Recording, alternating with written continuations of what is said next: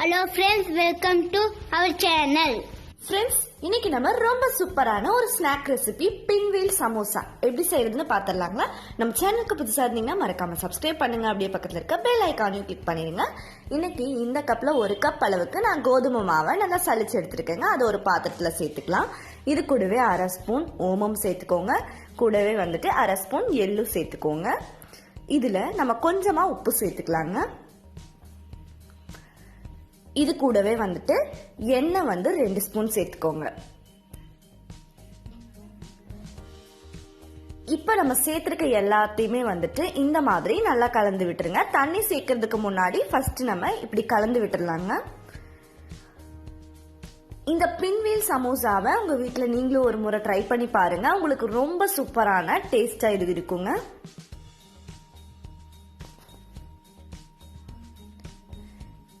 கட்டி எதுவும் இல்லாம இந்த மாதிரி ஃபர்ஸ்ட் நம்ம நல்லா கலந்து விட்டுறலாங்க. அடுத்ததா இதுல நம்ம கொஞ்சம் கொஞ்சமா தண்ணி ஊற்றி இதை நல்லா பிசைஞ்சு எடுக்க போறோங்க. இந்த ஸ்நாக்ஸ் குழந்தைகள்ல இருந்து பெரியவங்க வரைக்கும் எல்லாருமே விரும்பி சாப்பிடக்கூடிய ஒரு பெர்ஃபெக்டான ஸ்நாக்கா இருக்குங்க உங்களுக்கு. இப்ப பாருங்க, மாவை இந்த பக்குவத்துல பிசைஞ்சு எடுத்துக்கோங்க. நமக்கு சப்பாத்தி மாவு பதத்துல இருந்துச்சுன்னா கரெக்டா இருக்குங்க. இது அப்படியே இருக்கட்டுங்க. இதை ஒரு 1/2 மணி நேரம் நம்ம ஊற வச்சிடலாம். அதுக்குள்ள ரொம்ப சிம்பிளான முறையில் ஒரு சூப்பரான ஸ்டஃபிங் ரெடி பண்ணிடலாங்க. அதுக்காக 4-5 உருளைக்கிழங்கு நல்லா வேக வச்சு எடுத்துக்கோங்க. நான் இன்னைக்கு ஒரு 5 உருளைக்கிழங்கு எடுத்திருக்கேன். அதை நல்லா வேக வச்சுட்டேன். இந்த மாதிரி மசிச்சு எடுத்துக்கலாம். இது கூடவே ஒரு 6 சின்ன வெங்காயத்தை இந்த மாதிரி கட் பண்ணி உள்ள சேர்த்துக்கோங்க. இதுலயே ஒரு பச்சை மிளகாவை கட் பண்ணி உள்ள சேர்த்துட்டு சிறிதளவு கருவேப்பிலை தலையும் சேர்த்துக்கலாம். இது கூடவே சீரகம் கொஞ்சமா சேர்த்துக்கோங்க. 1/2 ஸ்பூன் சீரகம் சேர்த்தீங்கன்னா கரெக்டா இருக்கும். இதுலயே 1/4 ஸ்பூன் மஞ்சள் தூள் சேர்த்துட்டு இப்ப மிளகாய் தூள் சேர்த்துக்கலாங்க. இதுல நான் 1 ஸ்பூன் மிளகாய் தூள், 1/2 ஸ்பூன் கரம் மசாலா சேர்த்துக்கிறேன். இப்ப இந்த ஸ்டஃபிங்க்கு தேவையான அளவு நம்ம உப்பு சேர்த்துட்டு இது கூடவே இஞ்சி பூண்டு நம்ம சேர்த்துக்கலாம். கட் பண்ணி இஞ்சி பூண்டு சேர்த்துருக்கோம். இஞ்சி ஒரு துண்டு, பூண்டு ஒரு 3 பல் கட் பண்ணி சேர்த்தீங்கன்னா நமக்கு கரெக்டா இருக்குங்க. இப்ப இதை நல்லா கலந்து விட்டுருங்க. நம்ம சேர்த்திருக்க மசாலாஸ் இதெல்லாமே நல்லா மிக்ஸ் ஆகுற மாதிரி இப்ப நம்ம இதை கலந்து விட்டுருலாங்க. இது ஒரு சிம்பிளான அதே சமயத்துல ஒரு சூப்பரான ஸ்டஃபிங்கா நமக்கு இருக்கும். இதை டேஸ்ட் பண்ணி பாத்தீங்களா அவ்வளவு நல்லா இருக்கும். பாருங்க, உருளைக்கிழங்கு ரொம்ப நல்லா மசிச்சு விட்டுருங்க. அப்பதான் நல்லா இருக்கும். இதை இப்ப கலந்து வச்சாச்சு. இப்ப நமக்கு சூப்பரான ஸ்டஃபிங் ரெடி ஆயிடுச்சு. இந்த சைட் பாருங்க, மாவு 1/2 மணி நேரம் நல்லாவே ஊறிடுச்சு. இப்ப இதை நம்ம அப்படியே தேய்க்க ஆரம்பிச்சிடலாங்க. கீழே கொஞ்சம் வரமாவு போட்டுக்கோங்க. இதை ஒரு உருண்டை எடுத்துக்கோங்க. இதுல இருந்து மேலாலேயும் கொஞ்சம் வரமாவு சேர்த்துக்கோங்க. இதை இந்த மாதிரி நல்லா தேய்ச்சி விட்டுக்கோங்க. இப்ப அப்படியே இதை நம்ம அப்படியே உருட்டிடலாங்க.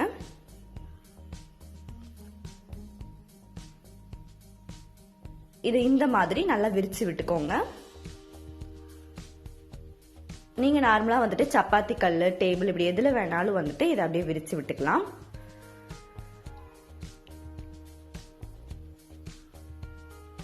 நம்ம விரிக்கும் போது பார்க்க வேண்டிய ஒரு விஷயம் இருக்குங்க. இதுல ரொம்ப லேசாவும் இருக்கக்கூடாது, ரொம்ப மொந்தமாவும் இருக்கக்கூடாது. மீடியம் சைஸ்ல இருக்கிற மாதிரி உருட்டி விட்டுக்கோங்க.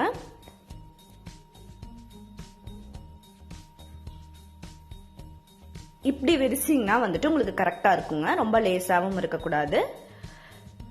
இப்ப நம்ம ரெடி பண்ணி வச்சிருக்க ஸ்டஃபிங் எடுத்து அப்படியே வச்சுக்கலாங்க.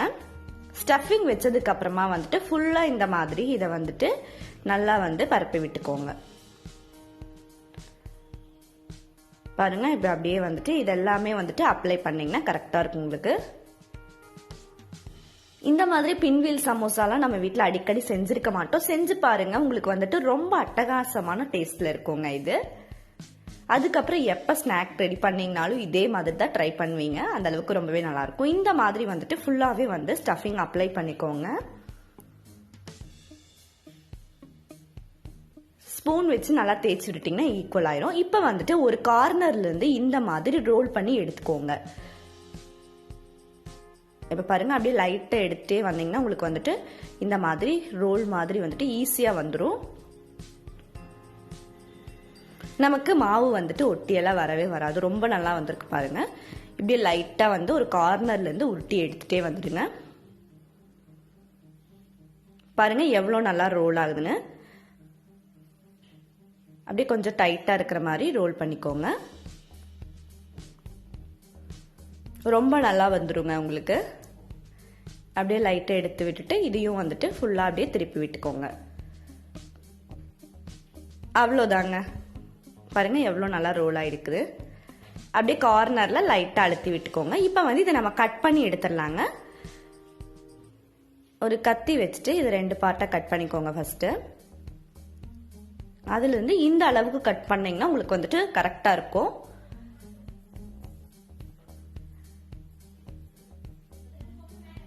இந்த அளவுக்கு கட் பண்ணனோம்னாலே வந்துட்டு நமக்கு ரொம்ப நல்லா இருக்குங்க. இதை விட பெருசாவும் கட் பண்ண வேண்டாம், சின்னதாகவும் கட் பண்ண வேண்டாம்.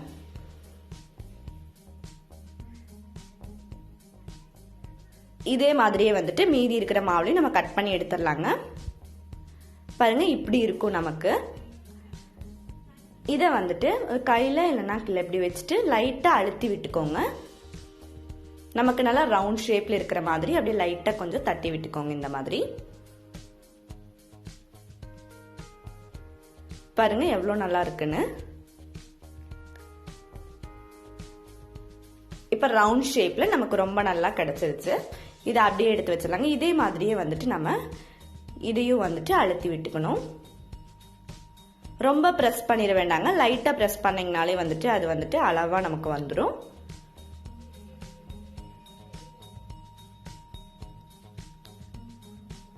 ரவுண்ட் ஷேப்ல வந்துட்டு எடுத்துக்கோங்க. இந்த மாதிரி இதே மாதிரியே வந்துட்டு நம்ம மீதி இருக்கிறதுலே வந்துட்டு கொஞ்சம் லைட்டா பிரஸ் பண்ணி எடுத்து வச்சுக்கலாம். இப்ப இது நமக்கு ரெடி ஆயிடுச்சுங்க. அடுத்ததா வந்துட்டு ஒரு பவுல் எடுத்துக்கோங்க. அதுல வந்துட்டு ஒரு 2 ஸ்பூன் வந்துட்டு கோதுமை மாவு சேர்த்துக்கோங்க. கோதுமை மாவுல வந்துட்டு கொஞ்சமா இப்ப தண்ணி ஊத்திக்கலாம். தண்ணி ஊத்திட்டு இதை நல்லா கலந்து விட்டுருங்க.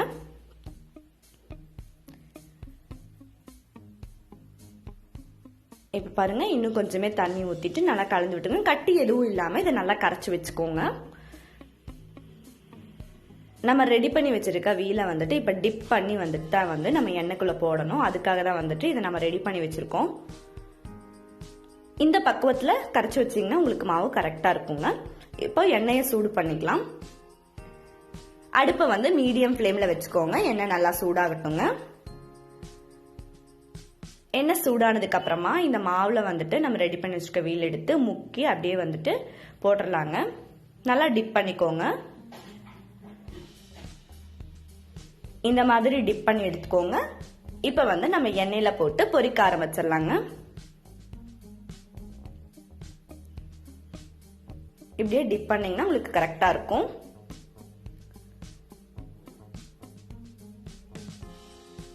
இதே மாதிரியே மீதி இருக்கிறதையும் வந்துட்டு மாவுல டிப் பண்ணி அப்படியே உள்ளுக்குள்ள எண்ணெய்க்குள்ள போட்டு பொரிக்க ஆரம்பிச்சிடலாங்க. 2 சைடும் வந்துட்டு நல்லா திருப்பி போட்டு பொரிச்சுக்கோங்க. 2 சைடும் வந்துட்டு நமக்கு கரிஞ்சிடக்கூடாதுங்க. அப்படியே திருப்பி திருப்பி விட்டுக்கோங்க. இது வந்து உங்களுக்கு ரொம்ப சூப்பரான டேஸ்ட்ல இருக்குங்க. எல்லாருமே விரும்பி சாப்பிடக்கூடிய ஒரு ஸ்நாக் ரெசிபியா இருக்கும். டக்குன்னு சட்னு காலியாகிற மாதிரி வந்துட்டு அவ்வளவு சூப்பரா இருக்குங்க. இப்ப பாருங்க ரொம்ப நல்லா நமக்கு புரிஞ்சிட்டு இருக்குது. இந்த பின்வீல் சமோசா பிடிக்காத ஆளே இருக்க மாட்டாங்க. எல்லாருமே வந்துட்டு ரொம்ப ரொம்ப விரும்பி சாப்பிடுவாங்க. அப்படியே லைட்டா வந்துட்டு திருப்பி விட்டுக்கோங்க. இப்ப பாருங்க நமக்கு ரொம்ப சூப்பரான பின்வீல் சமோசா ரெடி ஆயிடுச்சு. இதை அப்படியே வந்துட்டு எடுத்து இனி ஒரு பிளேட்ல மாத்திக்கோங்க. நம்ம வந்துட்டு ரொம்ப அதிக டைம் தேவைப்படாதுங்க. ரொம்ப குயிக்கா செய்யற மாதிரி தான் இருக்கும். ஒரு டிஃப்ரெண்டான ஸ்நாக் ரெசிபியை நம்ம வீட்லயே வந்துட்டு ரெடி பண்ணிடலாம். பாருங்க பார்க்கும் போதே எடுத்து அப்படியே சாப்பிடணும் போல இருக்கும். அதை டேஸ்ட் நீங்க சாப்பிட்டு பாத்தீங்கன்னாலும் ரொம்பவே நல்லா இருக்குங்க. உங்க வீட்லயும் இந்த பின்வீல் சமோசாவை எல்லாரும் மறக்காம ட்ரை பண்ணி பாருங்க. உங்க எல்லாத்துக்குமே ரொம்ப ரொம்ப பிடிச்சதா இருக்கும். இதை அப்படியே பிச்சு காமிக்கிறேன். ரொம்ப நல்லா வந்திருக்குங்க.